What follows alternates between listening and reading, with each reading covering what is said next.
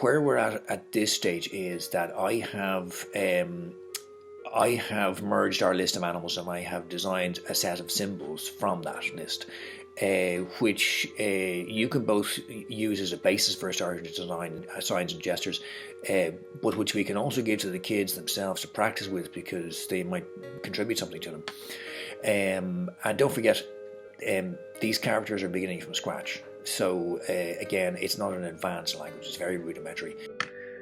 Okay, that's brilliant. So yeah, that's no problem. I could probably, where are we now, Saturday? I could probably send you that like on Tuesday evening or something. Just send you a Word doc. Okay, cool. And do you mind if I ask just some very general questions, just like certain, curiosities about things like, number one is the logic of the language. Yeah. Like we're using words, the vocabulary is based on animals, right? I chose animals as a starting point because, these people have left our culture way, way behind. Their big dogs, which are the descendants of domestic pets, are the only connection they have left to our culture. They don't even remember anything else. They don't even remember our technology. So when they leave the desert and go into the forest, they're surrounded by new things and they're responsible. The only other things in their environment are other living things and elements.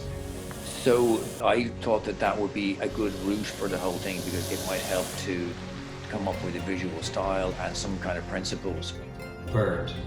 Left hand is the ground, right hand with index finger and thumb is the beak of the bird. Plant. Left hand is the ground, the right hand is the plant. It can be a tree or it can be grasses moving in the wind.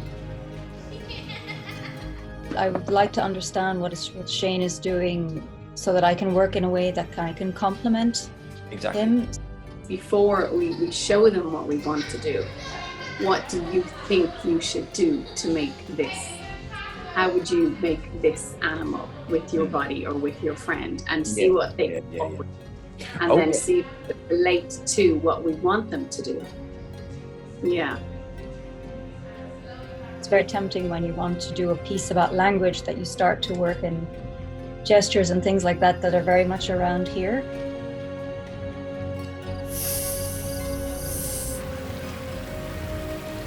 So I have been thinking about, number one, the method of how I would be creating the choreography. So like those flocking games that I was telling you about that work really, really well with kids. Yeah.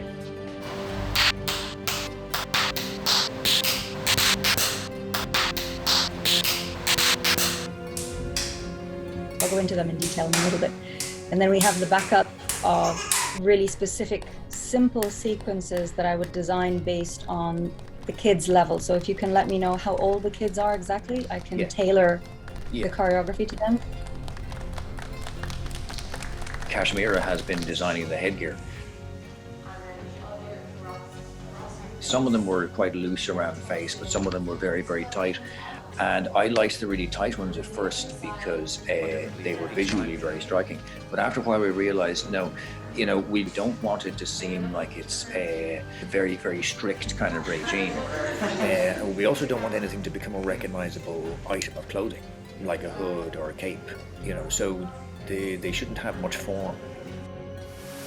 As the film progresses, we also want to be able to reveal people a little bit more, because if everybody's in the same costume, the audience are going to have difficulty in distinguishing between people, which is a very, very practical problem.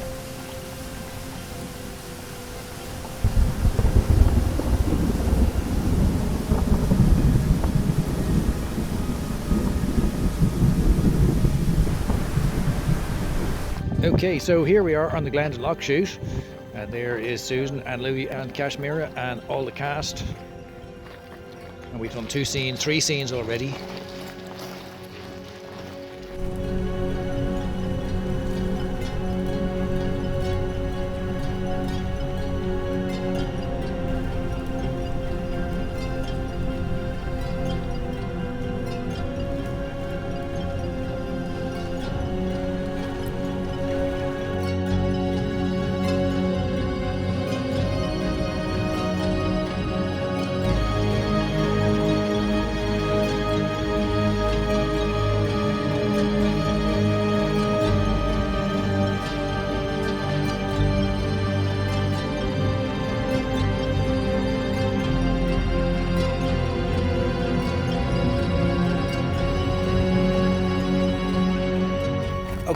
So, okay, you go back again. My thing is so big. My thing is so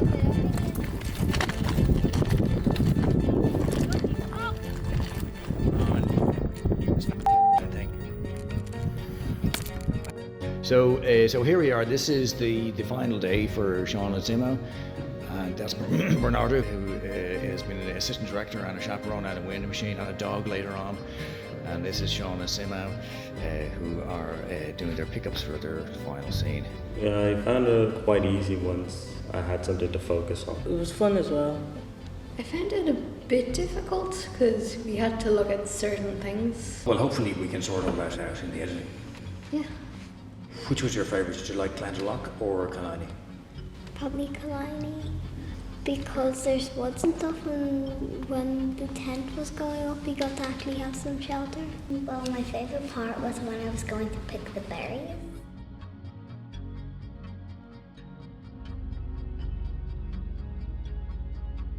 What I liked was when we went up the thing, because you had to find these certain roots to climb up on.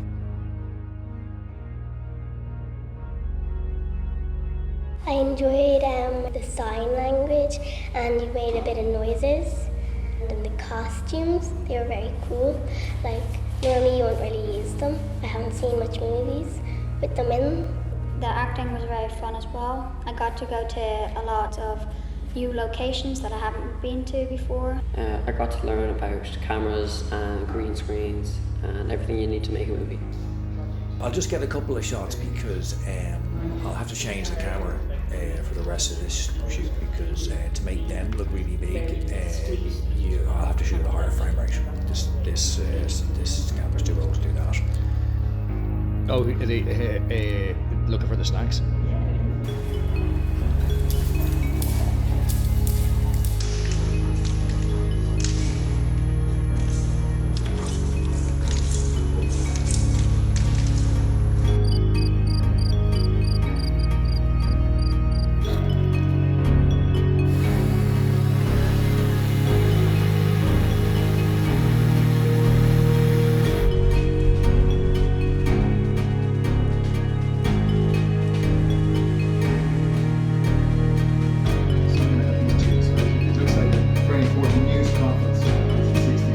Definitely think the kids' own ideas, get them to bring out, are going to be a huge help. If you trust the kids, because they will come at you with all of the most beautiful things that you've never even thought of. And they will own that, because they will really put their all into it if you give them the space to say, okay, what's your take on this? What's your take? You see, that's what the film. That's what the film is about. It's about how do they form their own, how do they function themselves? How do they, what are all these little things that rematerialize? Which is what REMAT actually means.